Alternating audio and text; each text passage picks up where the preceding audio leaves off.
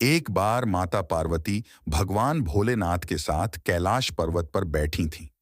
तभी उनके मन में विचार आया कि सारे देवता सुंदर महलों में रहते हैं, जबकि मेरे पति तो देवों के देव महादेव हैं। फिर भी मैं इस कैलाश पर रहती हूं। यहां न तो कोई महल है, न कोई आराम की वस्तु। ऐसा सोचकर माता पार्वती ने भोलेनाथ से कहा, स्वामी, सारे देवता महलों में रहते हैं, आप क्यों इस कैलाश पर वास करते हैं? आप भी हमारे लिए एक भवन बना लीजिए, ताकि हम भी आराम से रह सकें। पार्वती की बात सुनकर भोलेनाथ मुस्कुराए और फिर बिना कुछ कहे ध्यानमग्न हो गए। माता पार्वती को भोलेनाथ का ये व्यवहार कुछ ठीक नहीं लगा, किंतु वो बिना कुछ कहे वहां से चली गई।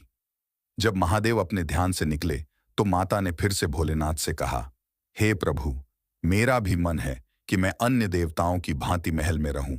आप भी मेरे लिए एक भवन बनवा दीजिए। तब महादेव ने उनसे कहा, देवी, महल में रहना हम लोगों के लिए उचित नहीं है।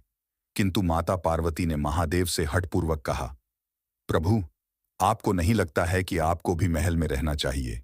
आपका महल तो स्वर्ग में बने हुए इंद्र के महल से भी उत्तम और भव्य होना चाहिए। अब तो हमें महल बना लेना ही चाहिए। महादेव ने माता पार्वती को बहुत समझाया। वे बोले, देवी, हम तो ठहरे योगी खुले में रहने वाले हैं। हमें भवन का वातावरण रास नहीं आएगा। हमें तो महल में भी चैन ही नहीं मिलेगा, क्योंकि महल में रहने के बड्ढे नियम और बंधन होते हैं। किंतु माता ने तो मन में विचार कर लिया था कि अब महलों के बने बिना वो नहीं मानेगी। वो बोली, हे महादेव, जब सारे देव महलों में रहते हैं तो फिर महादेव क्यों बर्फ की चट्टानों पर रहें? पार्वती के इस हठ के आगे देवों के देव महादेव को भी झुकना पड़ा। तब उन्होंने इस कार्य के लिए स्वर्ग से विश्वकर्मा जी को बुलवाया और उन्हें ऐसा महल बनाने को कहा जो तीनों लोकों में किसी का ना हो। उधर विश्वकर्मा जी महादेव के आदेशानुसार भवन बनाने के लिए उपयुक्त स्थान की खोज में लग गए। स्थान की खोज करते हुए उन्हें एक ऐसा स्थान दिखा जो चारों ओर से पानी से घिरा हुआ था और बीच में 3 सुंदर पहाड़ थे। वो पहाड़ों पर तरह तरह के फूल और वनस्पति से ढके हुए थे।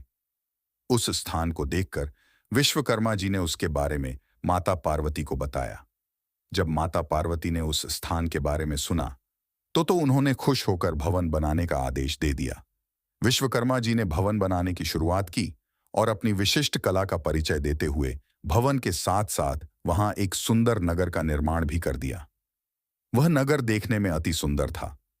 विश्वकर्मा जी ने उस महल और नगर को सुंदर बनाने में अपना पूरा योगदान दे दिया था।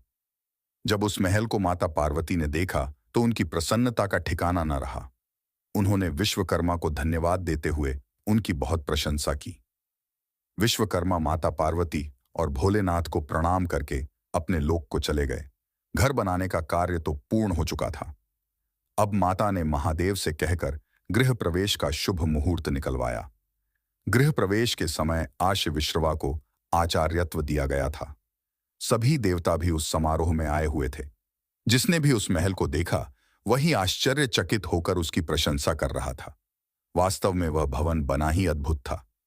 गृह प्रवेश विधि के पूर्ण होने के बाद महादेव ने आचार्य से दक्षिणा मांगने को कहा तो विश्रवा ने मना कर दिया। बोले, प्रभु, क्या कोई भक्त अपने भगवान से कुछ मांगता है? ऐसा करके तो मैं पाप का भागी बन जाऊंगा। मुझे कोई दक्षिणा नहीं चाहिए। यह कहकर ऋषि विश्रवा जाने लगे तो महादेव ने कहा, ऋषिवर, आपको दक्षिणा तो लेनी पड़ेगी। जब तक आचार्य को दक्षिणा न दी जाए तब तक कोई शुभ कार्य पूरा नहीं होता है। महादेव की माया। आश्य विश्रवा का मन उस नए बने हुए नगर पर आ गया। बार बार आग्रह करने पर उन्होंने दक्षिणा के स्वरूप उन्होंने उस भवन सहित नगर को ही मांग लिया। ब्राह्मण को दक्षिणा के रूप में उसकी मुंह मांगी वस्तु दी जाती है। इसीलिए महादेव ने उस लंका को आश्य विश्रवा को दान कर दिया। महादेव के द्वारा अपने भवन को दान कर देने से माता पार्वती क्रोध से भर उठी। उन्हें आश्य की इस धृष्टता पर बड्ढा क्रोध आ गया। उसी क्रोध में उन्होंने आश्य विश्रवा को श्राप दे दिया।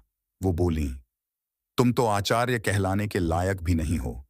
महादेव की सरलता का लाभ उठाकर तुमने बड्ढी कुटिलता से मेरी प्रिय महल को हर लिया है। इसके लिए मैं तुम्हें श्राप देती हूं कि महादेव का ही भक्त एक दिन उस महल को जलाकर राख कर देगा उसके साथ ही तुम्हारे कुल का विनाश आरंभ हो जाएगा।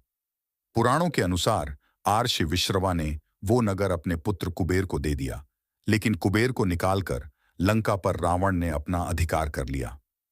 त्रेता युग में शिव के अवतार हनुमान जी ने उस लंका को जला दिया और उसके बाद विश्रवा के समूल कुल का विनाश श्री राम के द्वारा किया गया। उस कुल में एकमात्र विभीषण ही श्री राम की शरण में होने के बच पाए।